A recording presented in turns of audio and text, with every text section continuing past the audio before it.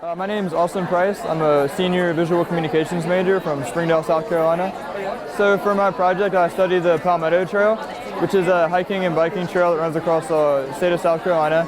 And through first-hand research and interviews, I completed an analysis where I looked at the strengths, weaknesses, opportunities, and threats. So we went to different sections of the trail, and so we visited all the different passages from Oconee all the way toward the end in Allendale. And so we kind of took an analysis of each of those sections. We talked to people in the area. We talked to people that were involved in different capacities. So we talked to the Palmetto Conservation Foundation, which is the parent organization of the trail. We also talked to local business owners in the communities that the trail passes through, and we talked to volunteers that work on the trail. What we found after doing some research on the project was that there's really a lot of contrast between the passages in the upstate and the lower state. The passages in the lower state are pretty much all the way complete, so you can hike straight through from Columbia to Allendale.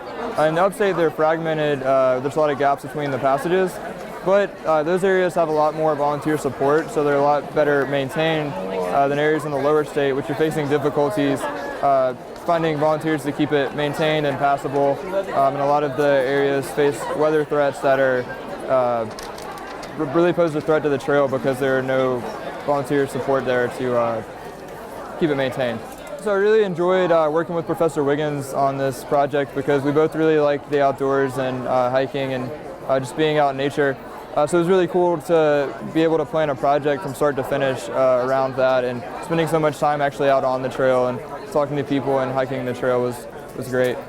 Being a VisCom major really helped me with this project because it was this really strong emphasis on journalistic reporting, on photography, and then design.